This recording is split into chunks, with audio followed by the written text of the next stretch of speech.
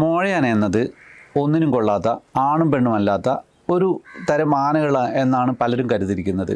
അതുപോലെ ചിലർ പറയും ഇത് ആനകളുടെ കൂട്ടത്തിലെ ട്രാൻസ്ജെൻഡർ ആണ് എന്ന്. സത്യത്തിൽ അങ്ങനെയൊന്നുമല്ല. ഫെർട്ടൈലായിട്ടുള്ള ആണാനകൾ തന്നെയാണ് മോഴയാനകളും. പക്ഷേ അവർക്ക് കൊമ്പില്ല എന്നുള്ളൊരു പ്രത്യേകത മാത്രമേ ഉള്ളൂ. നമുക്കറിയാം എല്ലാ ആണുങ്ങൾക്കും മീശ ഉണ്ടാകണമെന്നില്ലല്ലോ. അതുപോലെ അത് കൃത്യമായിട്ടുള്ളൊരു ഉദാഹരണം അല്ലെങ്കിൽ പോലും അത്തരത്തിലുള്ള ഒരു പ്രത്യേകത, കൊമ്പിൻ്റെ കുറവ് എന്ന് പറയുന്ന ഒരു പ്രത്യേകത മാത്രമുള്ള ഒരു തരം ആനകളാണ് മോഴയാനകൾ. നമുക്കറിയാം ആനകളുടെ സെക്ഷൽ സെലക്ഷൻ, പെണ്ണാനകളാണ് ആണാനകളെ ഇണചേരാനുള്ള ആനകളെ തിരഞ്ഞെടുക്കുന്നത്. അത് പ്രത്യേകതകൾ, ആനകളുടെ പ്രത്യേകതകൾ നോക്കിയിട്ടാണ്. മയിലുകൾ, ആൺമയിലുകളുടെ പീലിയുടെ വലിപ്പം, അവയുടെ ഭംഗി, അതൊക്കെ നോക്കിയിട്ടാണ് പെൺമയിലുകൾ ഏറ്റവും വലിയ പീലികളുള്ള ആൺമയിലുകളെ ഇണചേരാനായിട്ട് സ്വീകരിക്കുന്നത്. അതുപോലെ ഏറ്റവും വലിയ കൊമ്പുള്ള ആനകളെയാണ് സാധാരണയായിട്ട് പെണ്ണാനകൾ ഇണചേരാനായിട്ട് തിരഞ്ഞെടുക്കുക. കൊമ്പ് മാത്രമല്ല, അവിടെ വേറെയും കുറേ ഘടകങ്ങളുണ്ട്. അതിലേറ്റവും പ്രധാനപ്പെട്ട നമുക്കെല്ലാം അറിയുന്നത് മദപ്പാടിനെ പറ്റിയിട്ട് നമ്മൾ കേട്ടിട്ടുണ്ട്. ആനകളുടെ മദപ്പാട് എന്ന് പറയുന്ന ഒരു പ്രത്യേക കാലത്ത് അവയുടെ ഉള്ളിലെ ടെസ്റ്റോസ്റ്ററോൺ എന്ന് പറയുന്ന ഹോർമോണിൻ്റെ അളവ് വളരെയധികം കുതിച്ച് ഉയരുകയും അതോടുകൂടിയിട്ട് അവയുടെ സ്വഭാവത്തിലും അതേപോലെ അവയുടെ തലയുടെ രണ്ടരികിലുള്ള ടെമ്പറൽ ഗ്രന്ഥികളിൽ നിന്നും പുറത്തേക്ക് വരുന്ന ദ്രാവകങ്ങൾ, അതിലൂടെ മദജലം എന്ന് നമ്മൾ പറയും, വളരെ രൂക്ഷഗന്ധമുള്ള ഒരു ദ്രാവകം പുറത്തേക്ക് ഒഴുകുകയും ചെയ്യും. അതിന് മദപ്പാട് എന്ന് നമ്മൾ വിളിക്കുന്നത്. ഈ ആനകൾ ഇത്തരത്തിലുള്ള മദപ്പാട് വരുന്ന മദജലം ചെവിയാട്ടിക്കൊണ്ട് വളരെ ദൂരത്തേക്ക് പ്രസരിപ്പിച്ചുകൊണ്ടിരിക്കും. അതുപോലെ തന്നെ കല്ലിലും പോകുന്ന വഴിക്കുള്ള മരങ്ങളിലും ഒക്കെ ഉരച്ച് വെക്കും. ഈ മദപ്പാടിൻ്റെ അല്ലെങ്കിൽ മദഗന്ധത്തിൻ്റെ രൂക്ഷതയാണ് അവയുടെ തിരഞ്ഞെടുപ്പിൻ്റെ ഒരു പ്രധാന ഘടകം. അത് പ്രായം കൂടുന്തോറും ഇത്തരത്തിലുള്ള മദജലത്തിൻ്റെ രൂക്ഷത കൂടിക്കൊണ്ടിരിക്കും. അതുകൊണ്ട് പ്രായം കൂടിയ കൊമ്പന്മാരെയാണ് പെണ്ണാനകൾ സാധാരണയായിട്ട് ഇണചേരലിനായിട്ട് തിരഞ്ഞെടുക്കുക. ഇത്തരത്തിലുള്ള മദപ്പാട് മോഴയാനകൾക്കുമുണ്ട്. പക്ഷേ അതിൻ്റെ അളവ് വളരെ കുറവായിരിക്കും.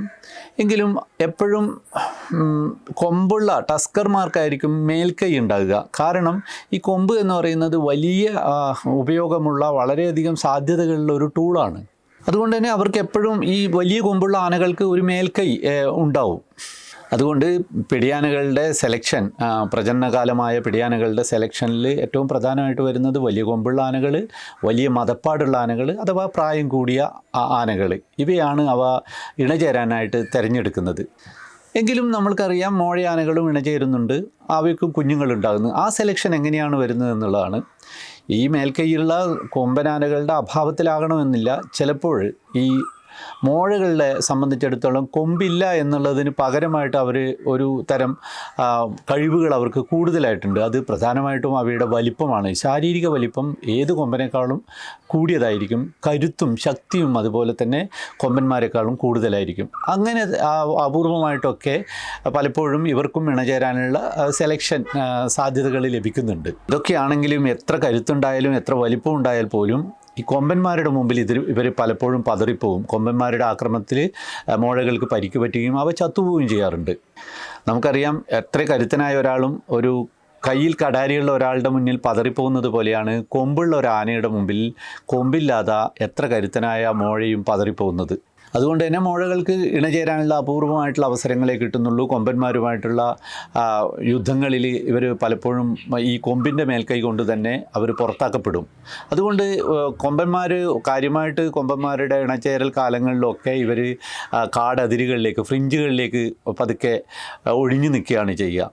അപ്പോഴുണ്ടാകുന്ന പുതിയ പ്രശ്നമുണ്ട്. അവിടെ ഫ്രിഞ്ചുകളിൽ ഉണ്ടാകുന്ന ആളുകളുടെ, ജനങ്ങളുമായിട്ട് അല്ലെങ്കിൽ ഗ്രാമവാസികൾ കൃഷിയിടങ്ങളിൽ ഇറങ്ങുന്നതോട് കൂടിയിട്ട് പുതിയ ഫ്രിക്ഷൻ, ഹ്യൂമൻ ആനിമൽ കോൺഫ്ലിക്റ്റിൻ്റെ പുതിയൊരു തലം അവിടെ ഉണ്ടാകുകയാണ്.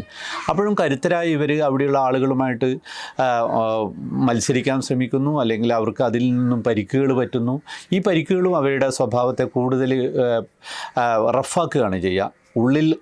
കാട്ടിനുള്ളിലേക്ക് കയറിക്കഴിഞ്ഞാൽ അവരുടെ കൊമ്പന്മാരുടെ ആക്രമണം, കാടിന് പുറത്തേക്ക് അതിരുകളിൽ വന്നു കഴിഞ്ഞാൽ അവിടെ മനുഷ്യന്മാരുടെ ആക്രമണം. ഈ രണ്ട് അതിരുകളുടെയും ഇടയിൽപ്പെട്ടു പോകുന്ന മോഴകൾ സത്യത്തിൽ വലിയ സഹതാപം അർഹിക്കുന്ന ജീവികളാണെന്ന് പോലും എനിക്ക് തോന്നാറുണ്ട്. അവരുടെ സ്വഭാവ വൈജാത്യങ്ങൾ പലപ്പോഴും അഗ്രസീവായിട്ടുള്ള പെരുമാറ്റങ്ങൾ മോഴകൾ എടുക്കുന്നത് ഇത്തരത്തിലുള്ള പലതരത്തിലുള്ള അക്രമ അനുഭവങ്ങളിലൂടെ കടന്നുപോയത് കൊണ്ടുകൂടിയായിരിക്കും. അതുകൊണ്ട് മോഴകളെ പറ്റിയിട്ട് സംസാരിക്കുമ്പോൾ മോഴകൾ ഒന്നിനും കൊള്ളാത്ത ഒരു മോഴന്മാരാണ് പോഴന്മാരാണെന്ന് കരുതരുത്. മോഴകൾ കരുത്തിലും വലിപ്പത്തിലും ഏത് കൊമ്പനേക്കാളും മുകളിൽ നിൽക്കുന്ന ആനകൾ തന്നെയാണ്.